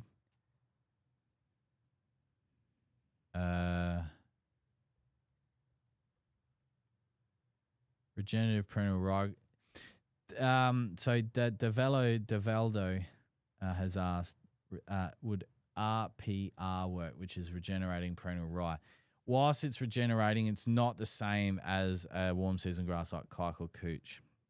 It's not the same. It will tiller and fill in areas, but not to the length and scale of a warm season grass. Nick Doyle, probably a stupid question. When it comes to cut height, does the mower setting notch relate to a certain millimeter? And do you measure from the ground to the tip? New to all of this. Just threw some Trojan down a few days ago. Nick, each rotary mower with that clicking mechanism is different. They're not all going to be the same, and they do probably relate to a certain millimeter. If you've got a manual there, it might say notch 1 is 20 millimeters, notch 2 is 30 millimeters, so on and so forth. And usually the cut height is from the bottom of the wheel to the blade, if that makes sense. So that's where the 20 mil gap is, not from the deck and all. It's some of them are different, some of them are, you know, not like that, but most of them are. So yes. You ready? I'm ready. All right, I'm going to hit you.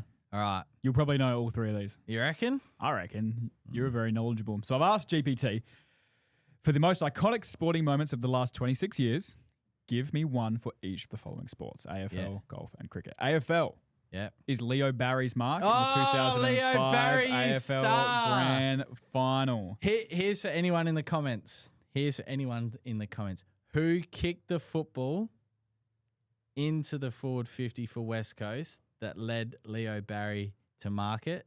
And bonus points for what foot was it on?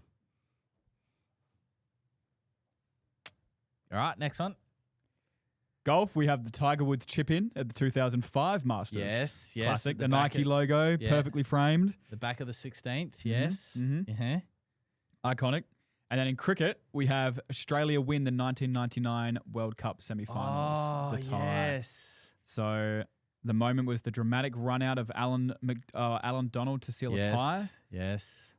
Why it's iconic: pure chaos, nerve, and tactical Oh, brilliance. there's no need to run. They didn't need to run, and he ran, and we ran him out. We made the final, and we won. So, oh goodness, But that was 99. Yeah.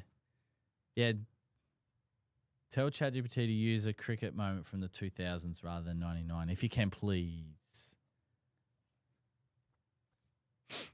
All right, it comes up with the Australia win the 2015 Cricket World Cup final at the MCG. Oh, that's pretty boring. I'd say Adam Gilchrist's World Cup 150 or 140 odd in 2007 was better, but that's okay. Here we go. I said boring answer. He said fair. Let's go properly unhinged, jaw on the floor, iconic. Yes. Cricket after 2000, Glenn Maxwell's double century on one leg, 2023 against World Afghanistan. Cup. Yep, to put us through the grand final or the final. And then our boy, local boy, Travis Head, took an outstanding catch in the outfield to remove Sharma, I think. And Trav went on to hit 100 and win man of the match. What did he do? He injured himself, did he? Got cramp. Yeah. So he was hopping to each. I don't know what's happened to the TV, but I've lost you. The TV, the computer shut down, and there's so many documents open. I really don't know what's going on. We're just gonna have the TV off for now. Right. I don't want anything from this screen appearing. Nothing can be seen. I can't see the chat. I can't. All right, I got chat up. Jack Payne answered with Cox and on the left foot. Hey, well done. Well done. That's very well done. Very well done. Look, Dylan, I think out of those three, that mark by Leo Barry to really end the drought for Sydney in 2005. And so much happened in 2005 final series. You had Nick Davis's 4 goals in the last quarter against Geelong at the SCG. Like, that is Nick Davis. I see it, but I don't believe it. Like, there's so much in that final series. The Crows were good that year. I think the Crows were minor premiers in 2005. They got eliminated against West Coast over in Subiaco. Like, it was all happening. It was all happening. Your memory is out of control with footy, man. So I think that one. You got the footytism for sure. Yeah, I don't know what's happened here, Dylan, but the browser's gone. Oh, here we go. Yep, we're back. All right, we're Unplug that cable and replug it back in. What cable? The HDMI connector. That one? That one. Yeah. Oh, no, I don't want anything on there. There's digits. No, digits, I'm not widgets. seeing anything. But if it's not fixed. No, it's fixed. I'm back. The chat's back. Oh, I think it's the video's ended. That's what's happened because I just saw your mouse pop up on that screen. So I think just open VLC and maybe try close it or something.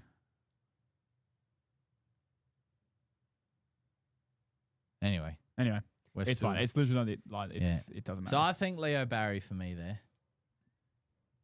Can you ask it to do another iconic AFL moment? I want to see if I remember it.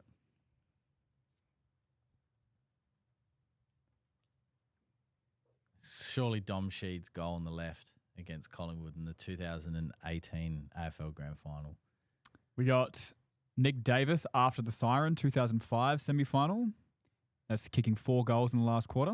Oh, was that? Yeah, that was 2005. Yeah, that's what I said. Yep. Yeah, Yep. that's literally what I just said. Arsenal for 3. So then we also have Dom Sheed's goal. Yeah, it also wasn't grand after final. the siren. It was before the siren went, and then the centre bounce. Yeah, but anyway, ChatGPT. Yeah, Dom Sheed's goal, 2018 Grand Final against Collingwood. Was that the last goal? 2 minutes left. Oh, yeah. Yeah, and then they held on. Yeah. And Gary Ablett Jr. breaks the tackle, 2009 Grand Final. Yeah, against St Kilda in the centre of the ground. Yes. Oh, what an era of AFL football. That was when AFL was real. Oh, man. Why is he crying in the photo? He hurt himself. What photo? There's a photo of him crying. Let's have a look. Oh, no, that's when they lost. That's a different photo. Oh, thanks, ChatGPT. That's when they lost. Yeah.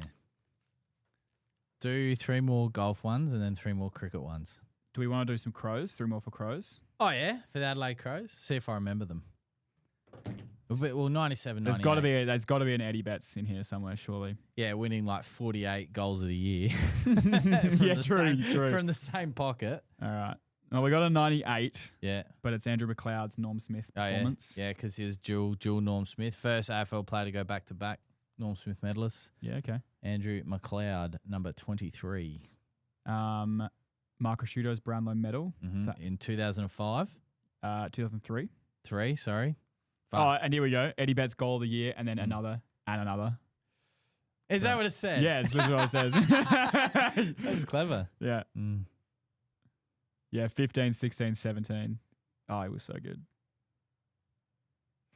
All right, we'll do 3 more golf. Yeah. Jack Payne said, ask him to ask ChatGPT the only team to win the Wooden Spoon in the Premiership in the same year. That was during World War II, I think. That happened. I think it was only 4 teams, and there was 4 teams in the finals, and the team that finished last also finished first. They won the Prem. They won the flag that year. But anyway, golf. Tiger Woods wins the 2019 Masters. The comeback. Yeah, that's iconic. That's probably one of my most favorite Tiger Woods moment. The return to glory. That's called. Yep. Adam Scott wins the 2013 Masters. 13. First Aussie to do it. Thought it was 14, but no, 13 is correct. And Tiger Woods wins the 2008 US Open on one leg. That's right. He torn ACL. Torn ACL. And stress fractures. Broke his leg. Jesus. How? His swing. Had to change his swing. Damn. All right, cricket. All right. Commentary.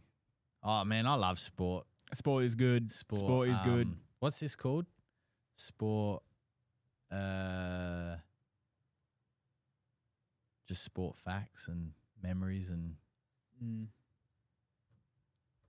Ben Stokes' Ashes miracle. Oh yeah, in the last Ashes series away, that was incredible. England 9 wickets down. Australia had multiple chances to win. One man defiance against everything. Yeah, he hit was it Pat Cummins through cover to hit the winning runs, and there's this iconic footage of him hitting it through the covers and him going like this, and the crowd just all rises. It's unreal. Oh, Jack Payne just said correct. Fitzroy in 1916, so that would have been World War One. Yep, next. Carlos Brathwaite. Yes. Remember the name? Yeah. Brathwaite. Yeah. 2016 T20 World Cup final. Went bananas.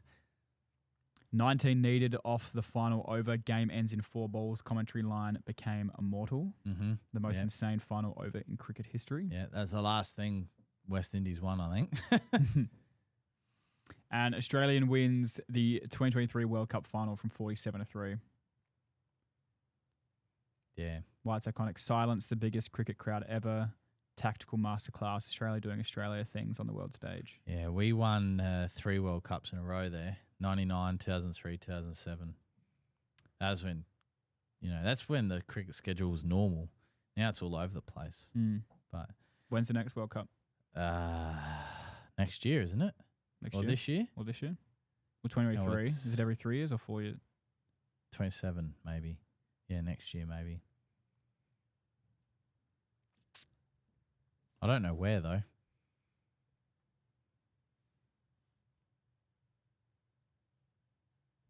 Oh, we haven't got the next Olympics. The next Olympics is 32. 2007 in South Africa, Zimbabwe, and Namibia. Zimbabwe and Namibia. Wakanda. For life or something? All right, so moving along from sport just for a moment, I asked ChatGPT about my problem. Yes. And I'll tell you what it's told me. Here we go. Yep. It's given me, as the best all-round choice, buffalo grass. Good shade tolerance, can cope with under 5 hours sun. It is the correct answer. That's correct. But it's not my answer. So tell me why. What's wrong with it? Buffalo just doesn't look nice. Okay. In tropical areas like Queensland, North Queensland, it looks very good. Like the colour's good, the growth rate's good. But here, it's not what I want from a lawn. Okay. And that's all. That's fine. That is fine. That is fine. The next is zoysia grass. Good partial shade plus the pet option. Handles partial shade well, better than a cooch and kikuyu. Dense, durable turf that resists weeds and can withstand moderate dog activity. I don't think we get many zoysia plant varieties down here. That's all. Is it hard? It's hard to get. Well, the turf farm doesn't do Sir Grange anymore. Okay. So, and Sir Grange is like $25-32 a square meter. That's ridiculous. Was that because it wasn't growing or something? Was they had to recall? It just takes a while to establish, and then it dies. And then with their turf back guarantee or whatever, they're replacing really expensive lawn. So, the next is Tiff Tub Hybrid Bermuda. Or cooch. Hardest wear needs more sun. So not ideal for that area. So I don't know why you've told me that option. Other options to consider tall fescue, clover lawn. Yeah, tall fescue would be right. You can get that from the turf farm. But it's a cool season grass. So the dog? Is that what you're saying? So cool season is just more susceptible to things like disease and dog piss. Well, it's just if it dies, you might and tall fescue that you get from sod has really thick leaf. You can get that rhizonomous turf type tall fescue that I gave you, mate. That's finer. Yeah, and it's rhizonomous, so it's able to spread. It's a bit finer. So, yeah. Okay, that's all. That's all it gave me. Oh, I've got to write the weekly cut, Dylan.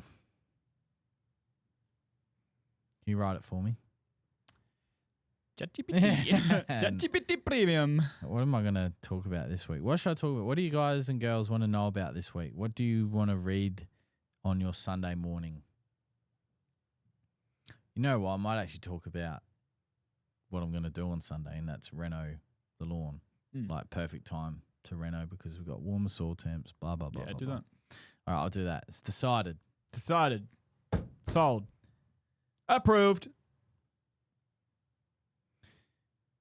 ChatGPT reckons Santa Ana has more thatch build up than Tiff Tuff and more seed heads. Insane flex. Yeah. Yeah, ChatGPT is not right with everything. Definitely not that, in my opinion and findings. I don't want to get shot down by the lawn mafia. If I don't rock up to work on Monday, you know why. Ooh.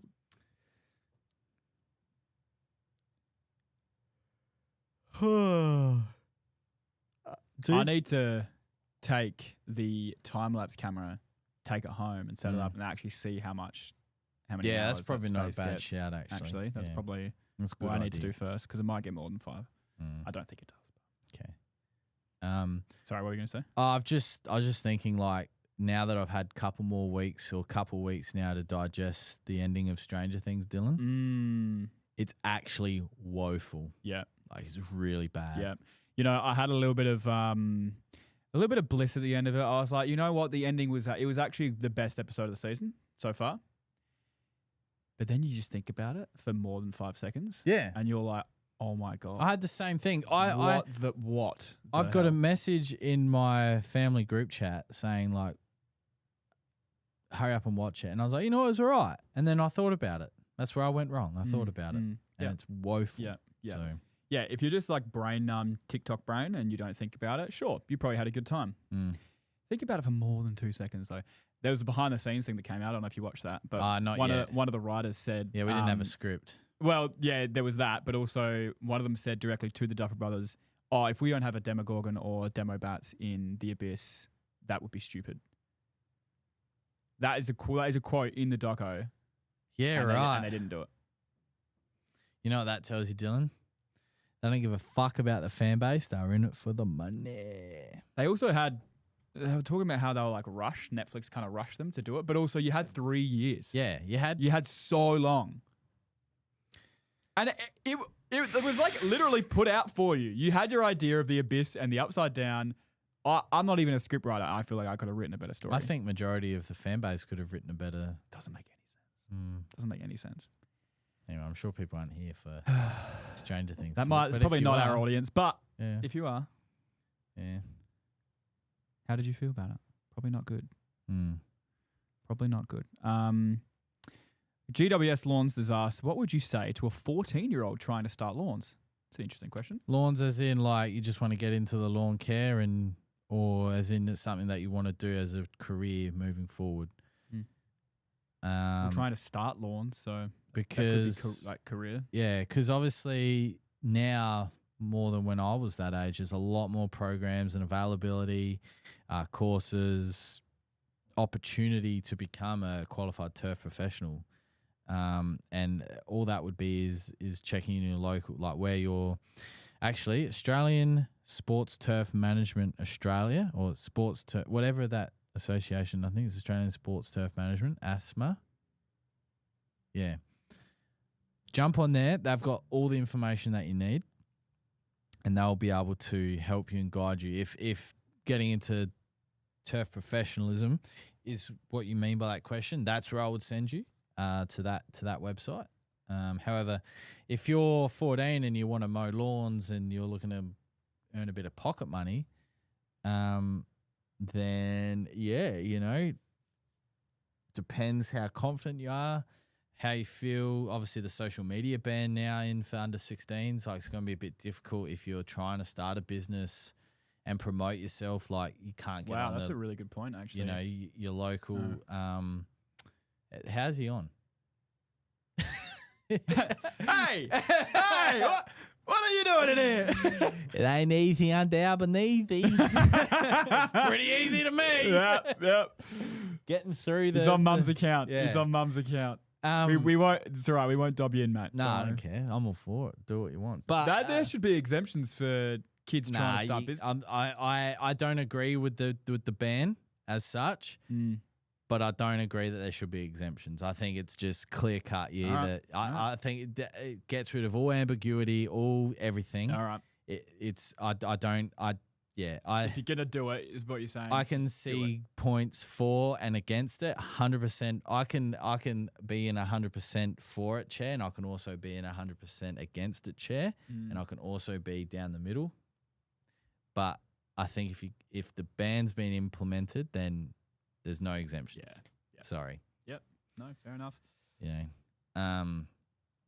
But yeah, I'd start by, you know, whether it's your mum, your dad, your carer, whoever you're living with, if they have access to the internet, and obviously they do because you're on an account somehow. But you know, if you've got, see, like where I live, there's a owner's page, so like, or residents page, like get in there, say like, look, my son, daughter, you know, they're looking to mow lawns, you know, just earn a bit of extra pocket money for, you know, 10, 15 bucks or whatever.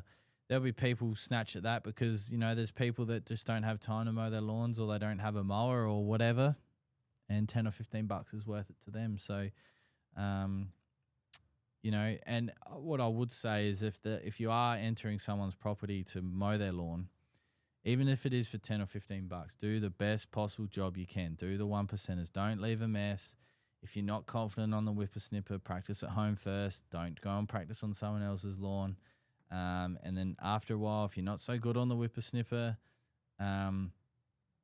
you know, you might save up a bit, look at getting a blade edger like the Milwaukee one. You know, that's going to give a nice clean cut on the edge, and then it makes whippersnipping you might find it's a little bit easier, things like that. But yeah, I suppose we just need a bit more information on the question and where it's intended. But I feel like there's a bit of information there that we can go both ways. 100%. Chris Wood says tips for winter green cooch. To be honest, exactly the same as Santa Ana, Tiff-Tuff, Tahoma. You know, mow regularly, fertilize regularly, water regularly. You know, keep an eye on things. Don't let it get out of hand. Keep on top of things. It's, you know, so what I mean by that is, you know, granular fertilizer every 8 to 10 weeks, wetting agent every 4 to 6, depending on your soil and local area conditions. You know, products like Roots and Shoots and Escort, they're going to help with the plant and the soil as well. So, you know, it's depends how big the budget is and sort of how crazy you want to go. Like some people go all out, some people just want the basics. If you want the basics, I'd look at the Lawn Builder pack. If you want to go out, you can look at something like the half load pack, golf course pack, full load pack. So how we going, Dylan? It's nearly time. It is nearly time. I've got no more from Instagram. I think that old mate's question was maybe a little bit ago, so he may have left. Okay. Got tips for winter green cooch. Yeah, just answered that one. Sorry, I was waiting. There's been a few here, though. I don't know if we've skipped over any, or do you think we were all the restreams I've done? You've done all restreams, I believe, all yes. Right. All right, so signing out, do 3 more iconic, jaw-dropping AFL moments and see if I can provide any further commentary or input in those moments. Do you want me to maybe ask it for niche moments? Yeah, okay. Yeah, do that. See if I can recall those moments. You know, like who won the 2011 Brownlow? Well, that was Jimmy Bartell, of course. Obviously. You know, things like that. You know. All right. Not Brownlow, Norm Smith. Sorry, Norm Smith. That was close. Good catch. You would have had to do a clip next week to come back. All right. The first one is the Miracle on Grass in 2013. Brisbane versus Geelong, round 13. Brisbane Lions kick 8 goals in 15 minutes. Do you remember that? Who kicked 2013? Was that the Gabba? Does it say? It doesn't say. No. And it was from 52 points down late in the third quarter. Mm-hmm. It happened against Prime Geelong. Yes. Scoreboard shot. Commentators lost control. One of the best comebacks ever. And what? I think it's Thingy's last game. Yeah, he's on the shoulders. What's his name? Yeah, it was at the Gabba. Yeah. Yeah. I remember that game. That's very niche, but yes, I do remember that game. It's neat. Well, we asked for niche. It was his last game. All right. Yep. And he kicked the last goal. The Heath Shaw's goal-saving smother in the 2010 grand final. Rematch. Oh, it was in the 2010 rematch. How many of them have we had, do you think? Rematch? Yeah, for grand finals. Yeah, McGrath's 200th game, kick-winning goal. Yeah, well done, Jack. Well done. In the modern era, only one, which was that one, and then the rules got changed after that. What are the rules now? Extra time. You don't replay. Oh, the grand final, really? Yeah, you don't replay the grand final anymore. I thought they would have done it for the cash. Well, I think it's got to do with a lot of things. So scheduling. So I think because what year was that? 2010. 2010. So in 2008 would have been 2008 would have been the Olympic year. 2000, 2004, 2008, 2010. When was the Commonwealth Games in Melbourne?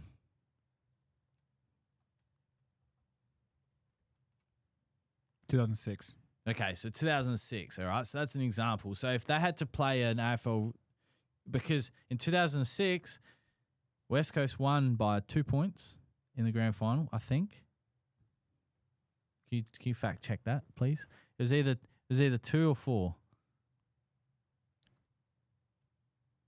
The West Coast. Final score. Oh, just give me the. Okay, I'm gonna have to go to Wikipedia. Yeah, it was 1 point. 1 point. 1 point. Yeah. Yeah. So in 2006, right? Mm. If that game was a draw, the Commonwealth Games Was at the MCG. was at the MCG, right? Yeah, So yeah. the moment the players left the field and the crowd was empty, they started ripping up the MCG in 2006 to put in the athletics track, right? For scheduling. So what would have happened there? They would have probably gone to what's the next biggest oval, maybe. No, that's what I mean. I don't know. Yeah. What would they have done? Because the rule in place then was there would be a replay, right? And then they've obviously gone, no, it'll never happen. And And then 4 years later it happened. So the other thing as well is the 2010 AFL Grand Final, Collingwood versus St Kilda. Brendan Goddard took this hanger, right, and kicks a goal for St Kilda. The crowd's going wild. Lenny Hayes wins the Norm Smith in the tied game. Like he was on a heater. He was massive. Stevie Milne stops and props and the ball goes right. It's going to be a draw, blah, blah, blah. All that aside, right? All the energy and excitement and everything was in that final quarter there. Next week it was gone. Collingwood come out and blew St Kilda out of the water. Yeah. Like the aura, as the kids are calling it these days, was gone. So I think they could have captured and it would have made a much better finish to that story. For sure. And then I think, just off the back of that, they just, they obviously just change the rules. And I think scheduling had something to do with it too, because you wouldn't be able to replay it the next week when there's an athletics track around the MCG. Yeah. Well, Taylor Swift's coming to town. Yeah, that's right. Because, so just makes sense. It also makes sense. Common sense prevails. Common sense does prevail. We're just moving on to the second. I did say it, but it's the Heath Shaw goal-saving smother. Yeah, so in the that's 2010 Grand Final. Rematch. That's sorry. No, that is the rematch. Sorry, moving on. Yeah. Nick Malceski. Chesky. Ice in the Veins goal, 2012 preliminary final. That was a good goal. Nick nails a snap from the pocket. Mm-hmm. It was a good goal. And the angle is impossible. It was silly. It was silly. Legacy, quietest bloke on the ground, delivers maximum pressure moment. Mm-hmm. Nice. And that's it. That's it, boys and girls. 403.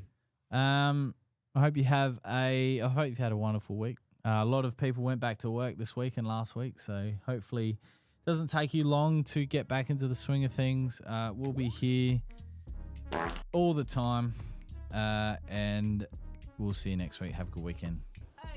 Bye, everybody.